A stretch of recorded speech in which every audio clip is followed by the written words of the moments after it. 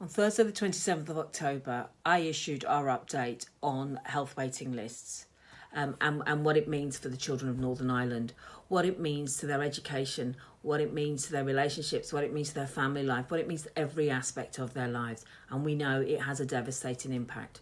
Throughout the day in the media, we also heard from families and young people themselves about what they were going through. It's clear that this is unacceptable for everyone. You can't speak to anyone who thinks this is an acceptable position.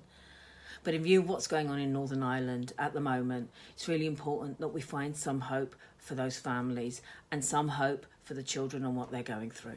Later that day, we met with child health experts and key decision makers to explore what could be done with and without an executive. And that is where I found some hope. It was really great because I found some passion, I found enthusiasm, and I found a real hunger and determination for change. And that's how change will happen, by getting those people in the room who work on the ground and making a difference.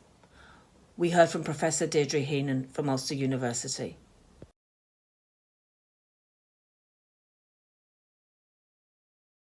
We heard from Dr. Julianne Maney, a consultant paediatrician at the Children's Hospital.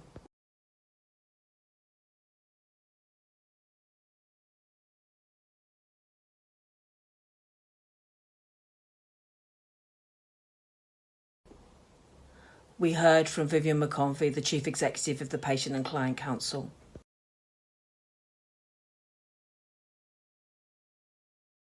We also heard from Peter May, the Permanent Secretary for the Department of Health, who is now the most senior member of the Department of Health. Whilst his ability to make new and major decisions is limited, he can progress existing processes, existing action plans within the existing structures.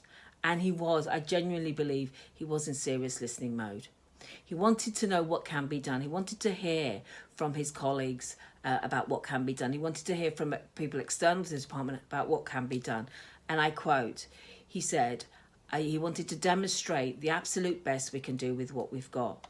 And that gives me hope. And I hope it gives hope to the families, because at the moment, we really need it. And I want to say to you, we will continue to work to make a difference with whatever system we find ourselves in.